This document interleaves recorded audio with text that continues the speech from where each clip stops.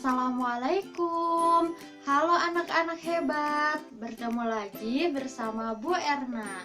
Apa kabarnya hari ini? Semoga anak-anak hebat dan ayah bunda di rumah selalu diberikan kesehatan dan diberikan kelancaran dalam menjalankan ibadah puasanya. Amin. Nah, anak-anak hebat, jangan lupa ya komen di kolom komentar untuk kehadiran. Nah, sebelum belajar, jangan lupa untuk berdoa terlebih dahulu.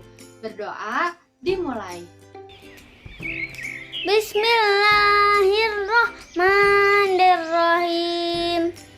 Raditu billahi rabba wa bil islami dina wa bi Muhammadin nabiyya wa rasulah. Rabbi zidni ilman warzuqni fahman.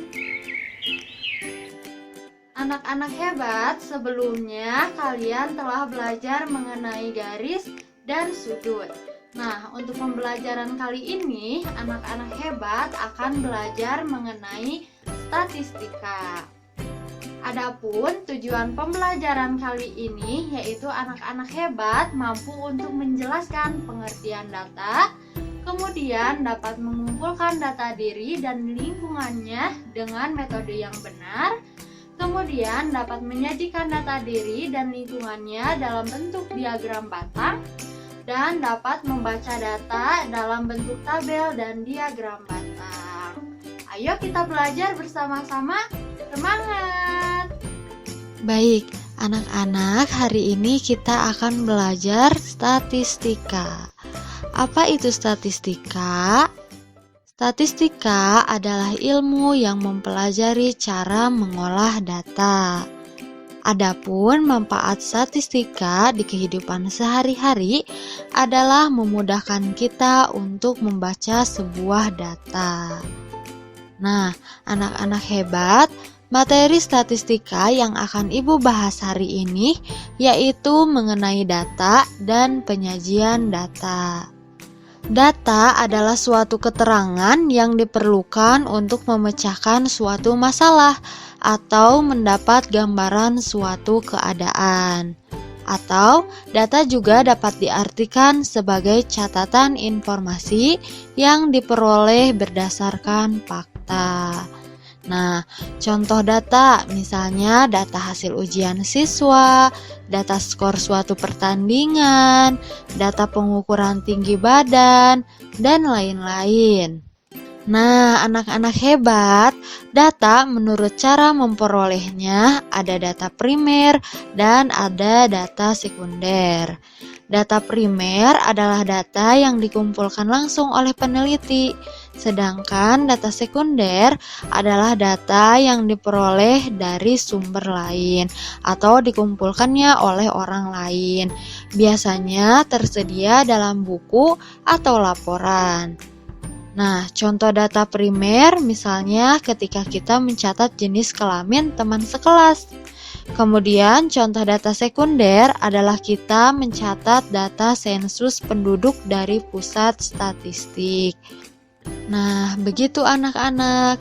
Kemudian data menurut sifatnya ada data kualitatif dan ada data kuantitatif. Data kualitatif adalah data yang bukan dalam bentuk angka. Contohnya, mutu barang di supermarket X bagus atau jelek. Nah, ini tidak ada angkanya, berarti ini kualitatif ya. Kemudian, data kuantitatif.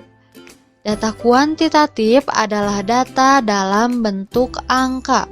Contohnya, data hasil ulangan kelas 4B adalah 8, 9, 7, 9, 10, 8, dan seterusnya. Nah, ini karena angka berarti kuantitatif. Kemudian, cara mengumpulkan data dapat dilakukan dengan beberapa cara. Yang pertama, melalui pengamatan langsung atau observasi. Yang kedua, melalui angket atau kuesioner. Yang ketiga yaitu melalui wawancara. Nah, bagaimana anak-anak hebat? Apakah sudah paham? Adakah yang ingin ditanyakan?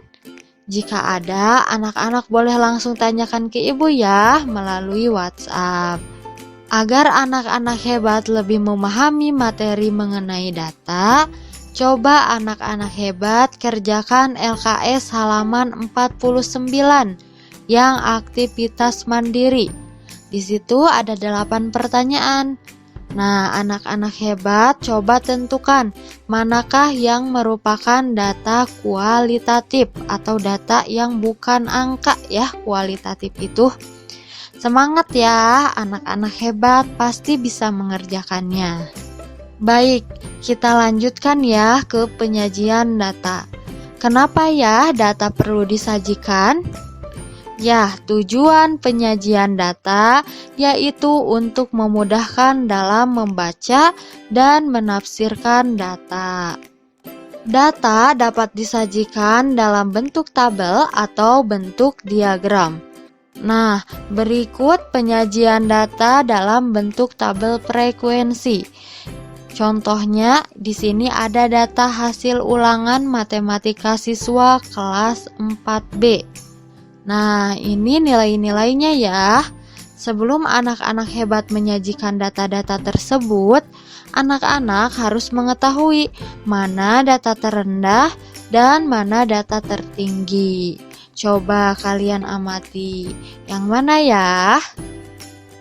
Ya, pintar. Data terendah adalah 5 dan data tertinggi adalah 10. Nah, kemudian anak-anak buat tabel yang berisi nilai, turus, dan banyak siswa. Apa itu turus? Turus adalah coretan kecil atau catatan yang menunjukkan masuknya data tersebut satu persatu. Nah, sekarang kita masukkan dulu ya nilainya, dimulai dari yang terendah. 5, 6, 7, 8, 9, 10. Kemudian kita masukkan satu persatu. Untuk nilai 5 ada berapa ya jumlahnya? Kita coret pada data acak, kemudian kita tulis pada turus. Kita coret lagi ya nilai 5 dan ditulis pada turus. Begitupun selanjutnya. Sehingga dapat kita ketahui bahwa banyak siswa yang mendapatkan nilai 5 adalah 4 orang. Kita lakukan cara itu sampai angka 10 habis ya. Nah, untuk nilai 6 kita coret ya semuanya. Kita tulis di turus ada 6, berarti banyak siswanya ada 6. Untuk nilai 7 kita coret lagi ya. Kita tulis di turus juga ada 4 siswa. Kemudian untuk nilai 8 kita coret ada 2 siswa. Untuk nilai 9 kita coret lagi ya. Ya, ada 5 orang. Dan yang terakhir kita coret nilai 10. Ada 3 orang. Jangan lupa untuk memberikan judul pada tabel yang telah kalian buat. Nah, kegunaan dari turus ini agar kita dapat meminimalisir kesalahan dan dapat menghitung datanya dengan tepat. Dari data yang disajikan dalam tabel, kita dapat membacanya bahwa nilai terendah adalah 5, nilai tertinggi adalah 10. Nilai yang paling banyak diperoleh siswa adalah 6, sebanyak 6 siswa. Kemudian nilai yang paling sedikit diperoleh siswa adalah 8, sebanyak 2 siswa. Dan jumlah siswa di kelas 4B ada 24 siswa. Nah, dari mana ya 24 siswa jumlahnya? Ya, itu adalah hasil dari menjumlahkan 4, 6, 4, 2, 5, dan 3. Hasilnya 24. Penyajian data yang kedua yaitu dalam bentuk diagram. Nah, anak-anak hebat, diagram itu banyak ya bentuknya. Ada diagram batang, diagram lingkaran, diagram lambang, dan diagram garis. Untuk saat ini yang akan kita pelajari yaitu diagram batang. Diagram batang adalah bentuk diagram yang menyajikan data dalam bentuk batang-batang, persegi atau persegi panjang dengan lebar yang sama. Sebagai contoh, di sini ada data panen tambak ikan Pak Jono. Jenis ikan di sini ada lele, hasilnya 300 kg, bawal 350 kg, mujair 400 kg, tuna 150 kg, dan kakap 250 kg. Nah, bagaimana ya cara menyajikan dalam bentuk diagram batang? Yang pertama, kita buat sumbu mendatar atau garis mendatar. Dan kita buat sumbu tegak atau garis tegak.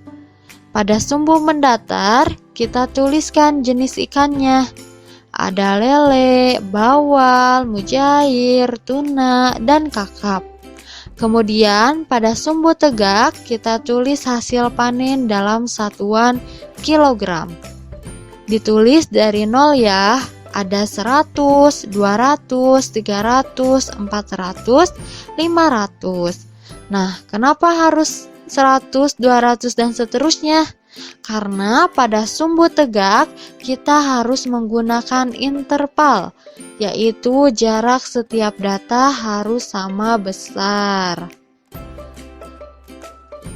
Nah, selanjutnya kita masukkan datanya. Pertama, ikan lele sebanyak 300 kg. Kita tarik batang persegi panjang ke atas ke angka 300. Kemudian bawal 350 gram. Kita tarik ya ke atas. Kemudian mujair 400 kg. Tuna 150 kg. Dan kakap 250 kg. Nah, dari diagram tersebut kita dapat membaca data bahwa panen yang paling sedikit adalah panen tuna, yaitu 150 kg. Yang kedua, panen yang paling banyak adalah panen ikan mujair, yaitu 400 kg. Yang ketiga, jumlah seluruh ikan yang dipanen oleh Pak Jono adalah 1450 kg. Dan selisih panen kakap dan tuna adalah 100 kg. Bagaimana, mudah kan materi mengenai statistika? Jika ada yang belum dipahami, anak-anak boleh bertanya ke ibu ya. Dan jangan lupa kerjakan aktivitas mandiri di LKS halaman 51 dan penilaian harian 4 halaman 51 bagian 1 nomor 1 sampai 20 dan bagian 2 nomor 1 sampai 10.